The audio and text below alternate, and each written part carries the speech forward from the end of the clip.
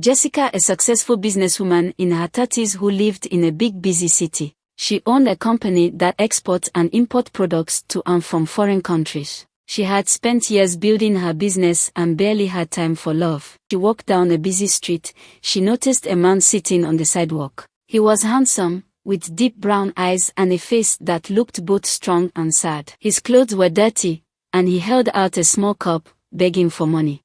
Something about him caught Jessica's attention. Most people passed him without looking, but she stopped. "Do you need food?" she asked. The man looked up, surprised. "Yes, please." Jessica took him to a nearby restaurant and ordered food. As they ate, he told her his story. His name was Emeka. He used to have a good job, a home, and dreams for the future. But his girlfriend, Ada, had taken everything from him.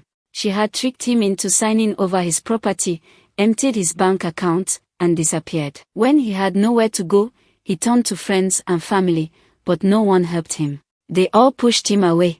Jessica felt something inside her, pity, but also admiration. Even though he had lost everything, Emeka still spoke with dignity. He didn't beg for sympathy. "You're educated?" she asked. "Yes. I have a university degree in business." Jessica thought for a moment. "Come work for me." Emeka's eyes widened. "You mean it?" "Yes. I can tell you're not lazy. You just need someone to believe in you." That was the beginning of something beautiful. Emeka proved to be hardworking and smart. He quickly became one of Jessica's most trusted employees. Soon, he was able to rent a small apartment and start a new life. Jessica and Emeka spent a lot of time together, working on business projects.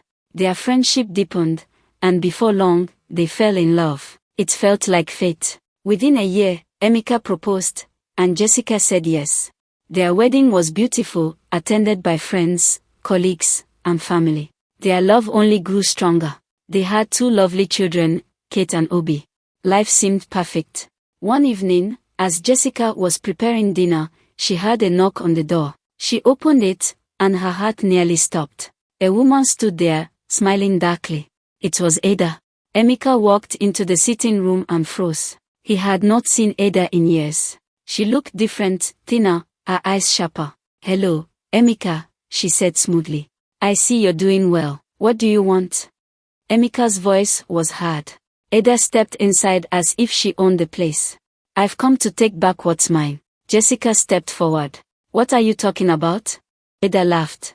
"Emeka, of course. He was mine before you stole him." Emeka clenched his fist. "You ruined my life, Ada. I lost everything because of you." Ada's smile didn't fade. "And yet, here you are, richer than before. I want you back, Emeka." "Never." Her smile disappeared. "Then you leave me no choice." She leaned closer, whispering, "If you don't come back to me, I will destroy everything. Your wife, your children, nothing will be left." Jessica's heart pounded. "You're insane." Ada turned to her. "No, my dear, I'm powerful." That was the first time Jessica noticed the small black beads around Ada's wrist. The strange symbols on her fingers. The faint smell of burning herbs. Ada was using black magic. Jessica and Emeka tried to ignore Ada's threats, but strange things started happening. At night, their children woke up screaming. Seeing images and shadows moving in the room, Obi cried. But when they checked, no one was there. Jessica's business started losing money for no reason. Deals failed, and shipments got lost. One morning, Emeka woke up unable to move his legs. "It's her," Jessica whispered. "She's doing something to us." Emeka had heard stories of black magic before but never believed in it. Now, he wasn't sure. They decided to visit a pastor, a man known for fighting against dark forces. "She wants to destroy your family," the pastor warned. "But fear not. God's power is greater than any magic." They prayed together, asking for protection. But Ada wasn't done yet. Ada had learned black magic from an old woman deep in the countryside. She had been desperate for power, and the woman had taught her forbidden spells. Her friends were just like her, people who wanted to control others through charms and rituals. They met in secret, performing ceremonies with candles, strange powders, and blood. Ada had used these charms to steal Emeka's fortune before. Now, she was using them to get him back. One night, she stood in front of a mirror, holding a doll that looked like Jessica. "You will leave him," she whispered, sticking a needle into the doll's chest. Far away, Jessica suddenly felt a sharp pain in her heart. She gasped, clutching her chest. Emeka grabbed her. "Jessica, what's wrong?" I don't know." Then she collapsed. Jessica was rushed to the hospital. The doctors found nothing wrong with her, but she felt weaker each day. At home, Emeka held her hand, tears in his eyes. "You can't leave me," he whispered. Jessica knew this was Ada's doing, but she refused to give up. Lying in bed, she prayed with all her strength. She called upon a power greater than any magic. The next morning, something strange happened. Ada woke up screaming. Her charms had turned against her. The spirits she had called upon were now tormenting her instead. Her body shook violently, and she felt an invisible force dragging her to the ground. "No! No!" she screamed. "Make it stop." But the dark forces she had relied on for so long had turned against her. She had broken a rule, she had tried to destroy an innocent family. Jessica sat up in bed, suddenly strong again. She knew the battle was over. Days later, news spread that Ada had fled the city, never to be seen again. "It's over," Jessica whispered. Emeka nodded. "For good this time." And deep in her heart, Jessica knew Ada would never return. Because the darkness she had once controlled had now consumed her. Or so they thought. For weeks after Ada's disappearance, life seemed normal again. Jessica and Emeka focused on their business, and their children, Kate and Obi, slowly forgot the nightmare. But deep inside, Jessica couldn't shake the feeling that something wasn't right. One night, as she lay in bed, she had a strange dream. She was standing in a house she knew before, and suddenly a shadow moved between the house. Whispers filled the air. Then she heard a voice, soft, chilling. "You thought I was gone." Jessica turned, and there she was. Ada. Her face was twisted, her eyes glowing red. "This isn't over," she whispered. Jessica woke up, gasping. Her hands were ice cold. And on her wrist, a dark mark. The next morning, Jessica stared at the mark in the mirror. It was small, like a burn, shaped like a twisted snake. She tried to wash it off, but it wouldn't fade. Fear crept into her heart. "Emeka," she whispered, showing him her wrist. He frowned. "It's just a bruise." Jessica wasn't convinced. What if it's a sign? What if Ada is still haunting us? Emeka pulled her into his arms. "She's gone. We won." But Jessica wasn't sure, because that night, the nightmares returned.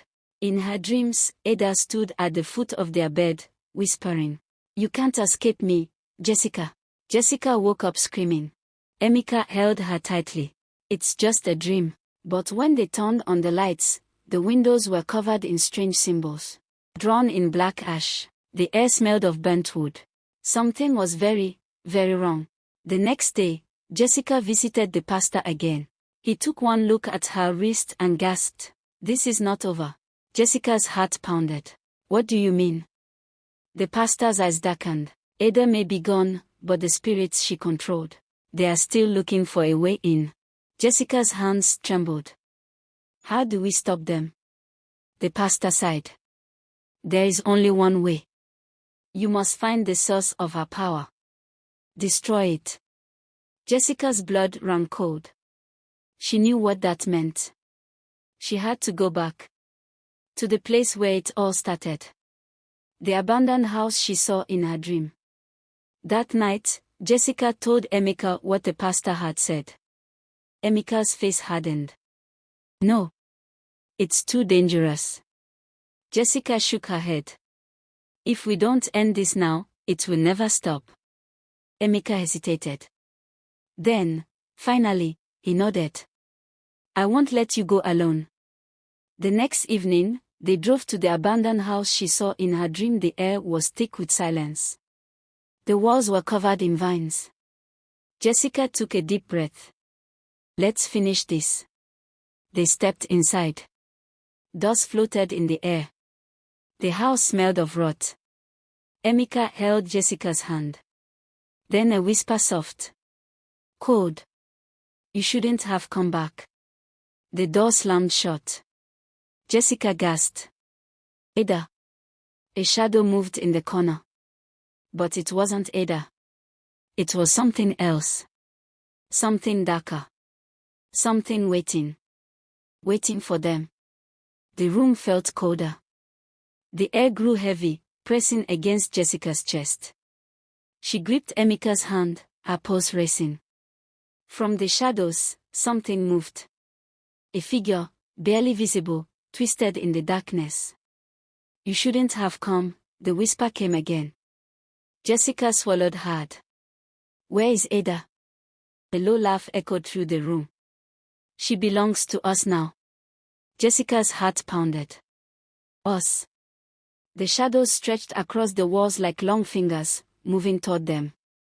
Emeka stepped in front of Jessica. Enough.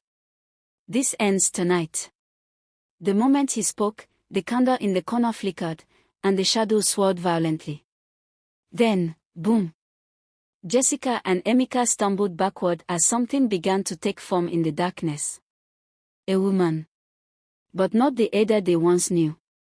Her skin was pale, her eyes hollow. Dark veins crawled up her neck. She looked almost lifeless. Ada, Emeka whispered. She tilted her head, her lips curling into a twisted smile. I warned you, she said softly. Her voice was not her own. It was layered, filled with something ancient. Something evil. Jessica's throat tightened. You don't have to do this. You can break free. Ada's eyes flickered. For a brief second, the old Ada seemed to appear scared, broken. But then the darkness took over again. There is no escape, Ada whispered. Then she lifted her hand. And the shadows lunged at Jessica and Emeka. A powerful force slammed them against the wall. Jessica gasped for air as an invisible grip tightened around her throat. Emeka struggled, trying to move. Let her go. Ada laughed. You think love can save you? Jessica's vision blurred. The darkness was swallowing her whole. Then a bright light shined forth. Jessica gasped as warmth spread through her body. A powerful force pushed back the shadows. Ada screamed, covering her face as the light grew brighter. Jessica realized something. It wasn't just any light. It was coming from her. Memories flashed through Jessica's mind. The prayers. The faith. The love that had carried her and Emeka through everything. Love was stronger than any darkness. She clenched her fist, focusing on that truth. No, Ada, Jessica said firmly. This ends now. The light exploded from her, filling the entire room. Ada shrieked. The shadows twisted, writhing in pain. The walls shook violently. Then, with one final scream, Ada collapsed. And the darkness shattered. Jessica and Emeka gasped for breath, their bodies weak. Ada lay still, her body trembling. The dark veins on her skin slowly faded. Her breathing became normal again. Then she opened her eyes. Tears streamed down her face. Jessica. Emeka, her voice was weak, broken. I was trapped. Emeka knelt beside her. Ada. She nodded slowly, her body trembling. I made a mistake. Jessica watched her carefully. The magic. Ada swallowed hard. It controlled me. I thought I could use it, but it used me instead. Her voice cracked. I lost everything. And then, the spirits wouldn't let me go. Jessica took a deep breath. It's over now. Ada sobbed. For the first time, she looked human again. Forgive me, she whispered. Emeka hesitated, then nodded. You have to forgive yourself first. Ada's lips trembled. I don't deserve it. Jessica touched her shoulder. Then start by changing. Ada looked at them, her face full of sorrow. And for the first time in years, she looked free. Days later, the abandoned house was destroyed. Jessica and Emeka made sure Ada got the help she needed. She left the city, choosing to start over far away from the darkness that once consumed her. Jessica and Emeka established a foundation to help individuals rebuild their lives. They shared their story, inspiring many to believe in second chances and the transformative power of love. Through their journey, Jessica and Emeka learned that love is not just about happiness and joy but also about facing challenges together and emerging stronger. Their story became a beacon of hope, showing that with love, faith, and resilience, any obstacle can be overcome.